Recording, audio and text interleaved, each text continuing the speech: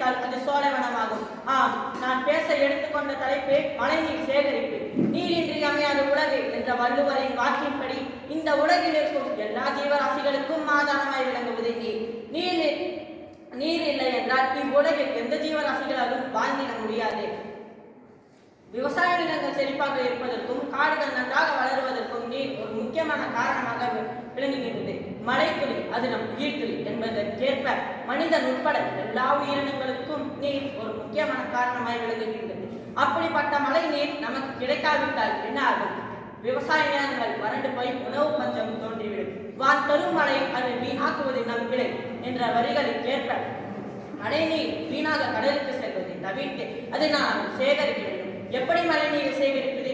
வீடுகளில் மொட்டை மாடியிலிருந்து வரும் மழை நீரை நிலத்தடியில் தொட்டி அமைத்து சேகரிக்கலாம். திறந்தவெளி அல்லது வீட்டை சுற்றி தேங்கும் மழை நீரை கிணறு மற்றும் ஆழ்துணை கிணறு போன்றவற்றில் சேகரிக்கலாம்.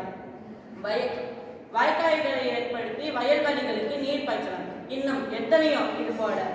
நீரின்றி பசுமை இல்லை, பசுமையின்றி நீர் இல்லை என்ற வரிகளுக்கேற்ப மழை நீரை சேமித்தாலே போதும், உலகில் உள்ள தண்ணீர் பஞ்சம் ஒளிந்துவிடும். உதாரணத்திற்கு நம் நீலகிரி மாவட்டத்தை எடுத்துக் கொள்ளுங்கள். முன்பெல்லாம் எங்கு பார்த்தாலும் கண்ணு கட்டிய தூரம் வரை பச்சை பசேல் என்று தெரியும். ஆனால் இப்போது தோட்டங்களுக்கிடையே அடுக்குமாடி கட்டிடங்கள் தான் தலை தூக்கி நிற்கின்றன.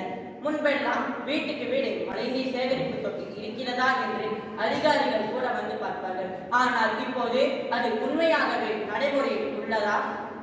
மழை வருவதற்கு முக்கியமான காரணமே இந்த மரங்கள் தான். நாம் மரங்களை வளர்ப்பதை விட்டுவிட்டு மரங்களை வெட்டி வியாபாரமாக்குகின்றோம். அது என்னவாக மாறுகிறது என்று தெரியுமா? வீடுகளாக மாறுகின்றன, கட்டிடங்களாக மாறுகின்றன, அதுவும் அடுக்குமாடி கட்டிடங்களாக மாறுகின்றன.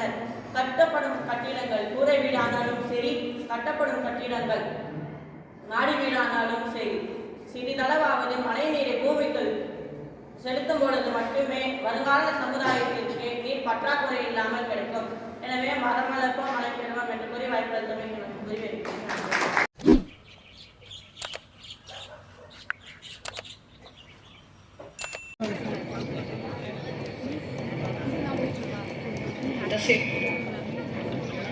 அன்பே அறமாய் கொண்டு என் கடன் பணி செய்து கிடப்பதே என்று கல்வி பணிக்காய் தம்மை அர்ப்பணித்துக் கொண்டு எம்மை திறம்பட வழிநடத்தும் எமது நீலகிரி மாவட்ட முதன்மை கல்வி அலுவலர் கே நந்தகுமார் ஐயா அவர்களை எம் பள்ளியின் சார்பாக வருக வருக என்று வரவேற்பதில் பெருமகிழ்வு கொள்கின்றோம்.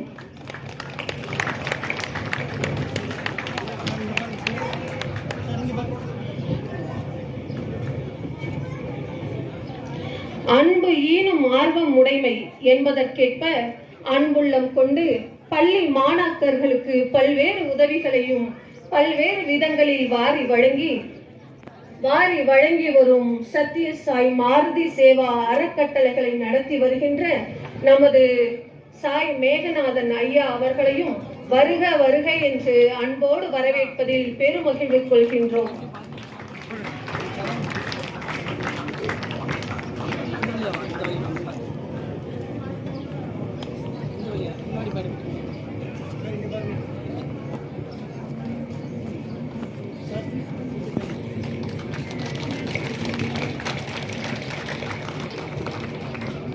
அன்ன சத்திரம் 1000 வைத்தல், ஆலயம் 10,000 நாட்டல், அன்ன யாவினும் புண்ணியம் கோடி, ஆங்கோர் ஏழைக்கு எழுத்தறிவித்தல் என்பதற்கேற்ப கல்விக்கண் திறக்க தன் கைகளை திறந்து இப்புண்ணிய பூமியை பள்ளிக்காய் தந்திட்ட திரு ராவ் பகதூர் பெல்லிகவுடர் அவர்களின் பேரன் திரு ரவிக்குமார் மற்றும் பேரன் திரு ஜெயச்சந்திரன் மற்றும் பேரத்தி திருமதி ஹேமா ஆகியோர் அனைவரையும் எம் பள்ளியின் சார்பாக வருக வருக என வரவேற்பதில் பெருமகிழ்வும் பெருமையும் கொள்கின்றோம்.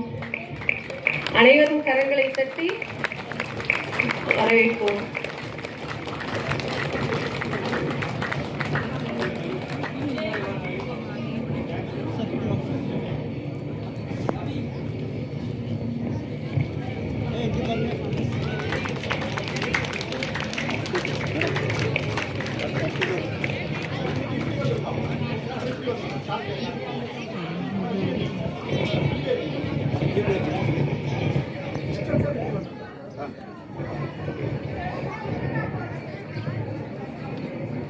நமது தென் தமிழகத்தின் தமிழ் வளர்ச்சித்துறை மற்றும் செய்தித்துறை அமைச்சர் மாண்புமிகு மு. பெ. சாமிநாதன் ஐயா அவர்கள் மற்றும் மக்கள் நலன் காக்கும் நல்லவர்